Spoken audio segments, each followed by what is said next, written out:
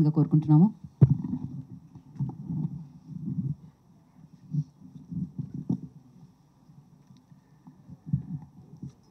సభా సరస్వతికి నమస్కారం. నా ప్రాణానికి ప్రాణమైన తెలుగు ప్రేక్షక దేవుళ్ళందరికీ నమస్కరిస్తూ సహకుటుంబానం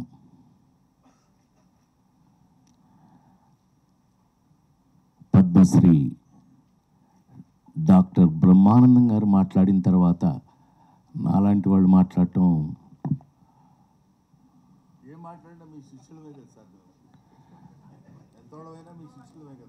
కానీ ముసలిముండా కొడుకు కదా నువ్వు. నేను ఏది ఏమైనా మా అనుబంధం మా ఇది మీ అందరికీ తెలిసిందే. అహనా పెళ్ళంటి సినిమా జంజాల్ గారు బా ఆ రోజులు ఇది వేరు. భగవంతుడి దయ వల్ల ఇంకా ఇప్పటికీ మేము ఇదే స్టిఫ్నెస్తో పనిచేయటం, మాతో పనిచేసిన వాళ్ళందరూ ఈ రేంజ్లో పెరిగిపోవడం, నాతో లగ్గం చేపించిన రమేష్ చెప్పాలి. కానీ సరే బాబు నువ్వు చెప్పాలి నేను చెప్పనా? నాన్నకి ప్రేమతో కానీ ఇవాళ చాలా పెద్ద పెరిగినందుకు అత్యంత సంతోషపడేవాళ్ళు నేను ఒకటి, నీకు తెలుసా విషయం. అలాగే ఇవాళ సహకుటుంబానం దీని గురించి 48 సంవత్సరాల నుంచి సినిమా ఇండస్ట్రీలో ఉన్న నేను ఒక రెండు మాటలు చెప్పాలి. ఎందుకు అనంటే, ఎస్ ప్రతి సినిమాకి ప్రాణం పెట్టి పనిచేస్తాం, చేస్తేనే ఇంతకాలం ఉంటాం, లేకపోతే ఎప్పుడో ఇంటికి పంపించేస్తారు. అందులో మొహాటం ఏమీ లేదు. అందులో సినిమా ఇండస్ట్రీలో అసలు మొహాటం లేదు. ఏం బ్రహ్మం, ఈ సినిమా ఇండస్ట్రీలో నువ్వు చూస్తున్నావు, నేను చూస్తున్నాను, జీవితంలో అంత ఈజీ కాదు. కానీ ఇంతకాలం వరకు కూడా మేము ఇంకా ఈ ఇండస్ట్రీలో మీ ముందు సహకుటుంబం అంటే బ్రహ్మం ఏదో చెప్పడానికి ట్రై చేశాడు కుటుంబం అని. యాక్చువల్గా మీరందరూ ఎవరు జర్నలిస్ట్ కుటుంబం నన్ను ఇన్ని సంవత్సరాల నుంచి సొంత బిడ్డలాగా కాసుకుంటూ వస్తున్నారు మీరందరూ. అందుకే నేను ఇప్పటికీ ఇలాగే ఉన్నాను. చప్పట్లు కొట్టచ్చు. కొంచెం అందరూ షాక్ అయ్యారులే, అది విషయం. సో ఎందుకు అనంటే, ఏ నటుడైనా సరే, నేను నమ్మేది చెప్తున్నా, ఏ యాక్టర్ అయినా సరే లాంగ్ ఇన్నింగ్స్ 100 సెంచరీలు 200 సెంచరీలు కొట్టాలి అనంటే లాంగ్ ఇన్నింగ్స్ ఉండాలి అనంటే కనుక అది కేవలం నటులు కాదు, వాళ్ళు వేసే పాత్రలు, ఆ క్యారెక్టర్స్ గుర్తుంటేనే వాళ్ళు ఉంటారు, ఇక్కడ ఉంటారు. నాకు తెలిసి మరి ఇప్పుడే బ్రహ్మం గురించి మాట్లాడుతూ అహనా పెళ్ళంట దగ్గర నుంచి ఇవాళ మొన్నే మీరు చూసిన మాస్ జాతర వరకు కూడా పనిచేస్తూనే ఉన్నాను. నాకంటూ ఒక పాత్రలు రాస్తూ ఉన్నారు.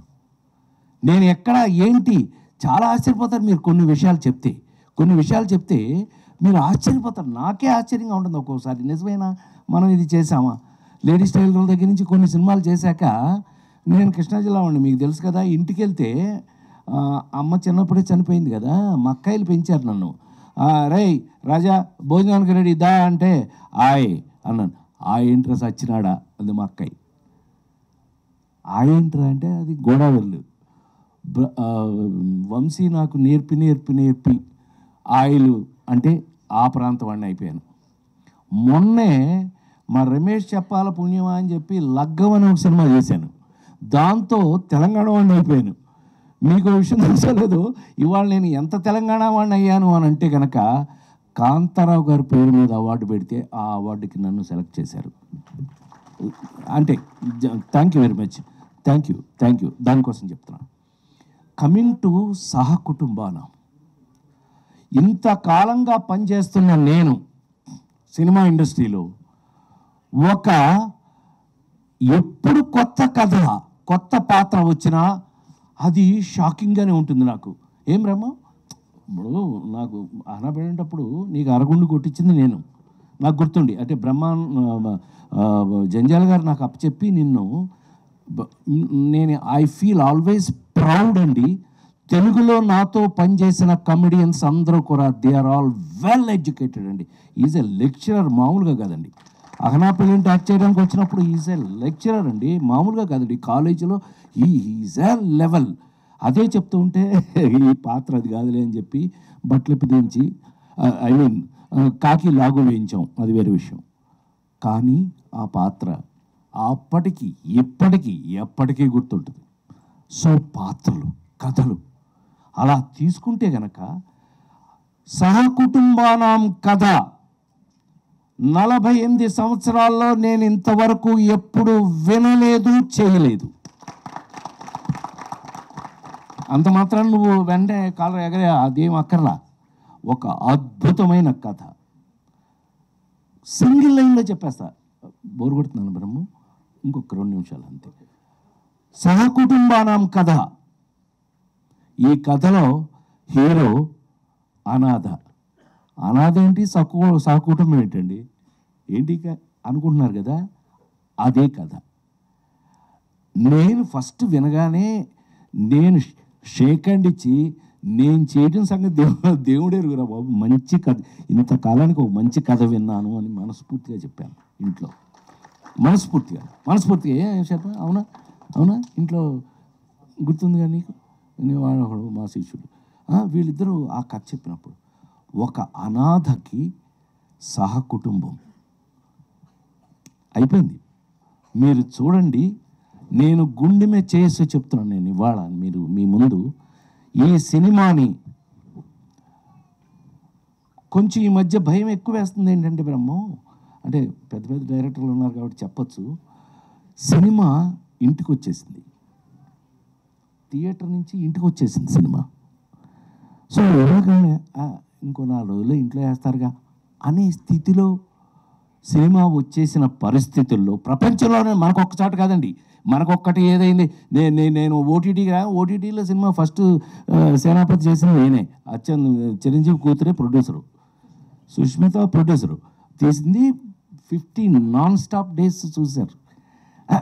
అది చెప్తున్నా, ఓకే అడాప్టింగ్, మార్పులకి తగినట్టుగా ఉండబట్టే మేము ఇంతకాలం ఉన్నాం. మార్పులకి తగినట్టుగా అడ్జస్ట్ అవుతున్నాం కాబట్టి ఇండస్ట్రీలో ఇంకా కూడా భోజనం దొరుకుతుంది. అంటే ప్రామిస్గా ప్లీజ్ నన్ను నమ్మండి మీరు. నేను అలాగే నమ్మి ఇవాళకి కూడా షూటింగ్ దగ్గర నేను ఎలా పనిచేస్తానో అందరికీ తెలుసు. నో కంప్లైంట్స్ అలాంటి పరిస్థితి లేదు అసలు. అలా ఉండకపోతే అసలు ప్రొఫెషన్లో ఉండను నేను. నాకు విశ్వవిఖ్యాత నట సార్వభౌమ నందమూరి తారక రామారావు గారి ఇంట్లో పుట్టి ఆయనతో పెరిగి ఆయన కనుసన్నల్లో తయారైన నేను మీ అందరికీ ఎప్పుడూ చెప్తుంటాను, నేను ప్రతి మనిషికి తల్లి, తండ్రి, గురువు, దైవం ఉంటారు. నన్ను కన్న తల్లి తండ్రిని వదిలేస్తే నా గురువు, దైవం 2 నందమూరి తారక రామారావు గారు. నన్ను తయారు చేశారు ఆయన, అలా తయారు చేశారు. ఇండస్ట్రీలో అలా ఉన్నాను, ఇప్పటికీ అలాగే ఉపయోగపడుతున్నానేమో అనే డౌట్ అప్పుడప్పుడు వస్తూ ఉంటుంది నాకు. నిజమేనా, మనం పనిచేసిన పని ఆయన దగ్గర నుంచి నేర్చుకుని, ఆయన ఎమ్మట పక్క నుండి నేర్చుకుని ఇవాళకి మనం పనికొస్తున్నామా అంటే సహకుటుంబానాం లాంటి సినిమాల్లో నాకు ఇచ్చిన పాత్ర నేనే చెప్పానే, ఒక అనాథ, వాడికి కుటుంబం అంటే తల్లి, తండ్రి, అన్న, తమ్ముడు అన్నీ కలిపితేనే కదా కుటుంబం. ఈ సినిమాలో నేను తండ్రిని.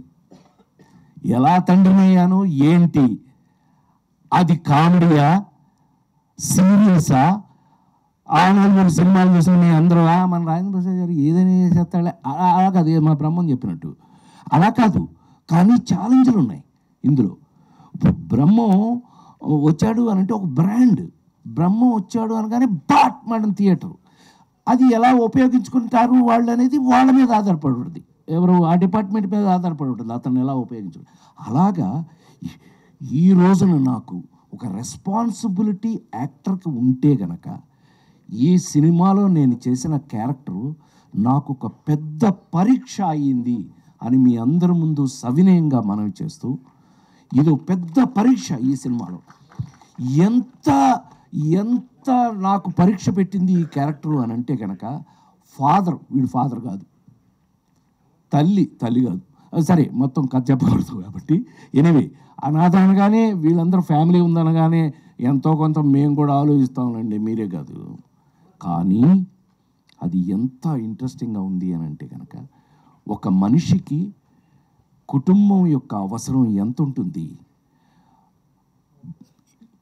ప్రపంచంలో మరి ముఖ్యంగా భారతదేశంలో కుటుంబ వ్యవస్థకి ఉన్నటువంటి ఆ గొప్పతనం ఏంటి, ఆ కుటుంబ వ్యవస్థకి మనం ఇచ్చే గౌరవం ఏంటి అనే విషయాలతో సహా ఇంట్రెస్టింగ్గా సినిమాగా గమ్మత్తుగా చేయటం నాకు ఒక అద్భుతమైన ఎక్స్పీరియన్స్ ఇచ్చింది అని చెప్పి మనస్ఫూర్తిగా నేను మీ అందరికీ తెలియజేస్తూ, డెఫినెట్గా ఈ సినిమా 100% ఈ సినిమా మీ అందరికీ నచ్చుతుంది, నచ్చి తీరాలి అని మనస్ఫూర్తిగా కోరుకుంటూ, మేమేం చేశామో ఏమ్మా వెళ్ళిపోనా నువ్వు సరే, నువ్వు ముందుకు వస్తుంటే ఒకవేళ నన్ను వెళ్ళమంటున్నావేమో. ఆ దారి ఇవ్వడానికి జరిగాను సార్. అనంత్ శ్రీరామ్ గారు వచ్చారు. అనంత్ శ్రీరామ్ గారు please join the stage. Anant Sriram గారిని స్టేజ్ మీదకి రావాల్సిందిగా మనస్ఫూర్తిగా కోరు. నీ పని నేను చేస్తానే, అప్పుడప్పుడు నీ పని నేను కూడా చేస్తాను. అనంత్ శ్రీరామ్ గారు వేదిక మీద విచ్చేయవలసిందిగా. వీరు నాకు ఎంత ఇష్టం అంటే, వీళ్ళ ఊర్లో వీళ్ళ ఇంట్లో షూటింగ్ చేసిన వాడిని నేను. వీళ్ళ ఊర్లో మీ ఇంట్లో తెలుసుగా నీకు, టామీ అని ఒక సినిమా, పెద్ద నంది అవార్డులు అవన్నీ వచ్చినాయి నాకు, ఎస్ రంగారావు అవార్డు అది వచ్చింది. అండ్ తను అప్పుడు ఎంత చిన్న కుర్రాడు, కానీ ఇవాళ తెలుగు వాళ్ళు చెప్పుకునే అంత అద్భుతమైన రచయిత అయినందుకు నేను చాలా గర్వపడుతున్నాను. ఐ ఫీల్ మా బిడ్డలాగా నేను చాలా గర్వపడుతున్నాను. సారీ. సో సహకుటుంబానం, కమింగ్ బ్యాక్ టు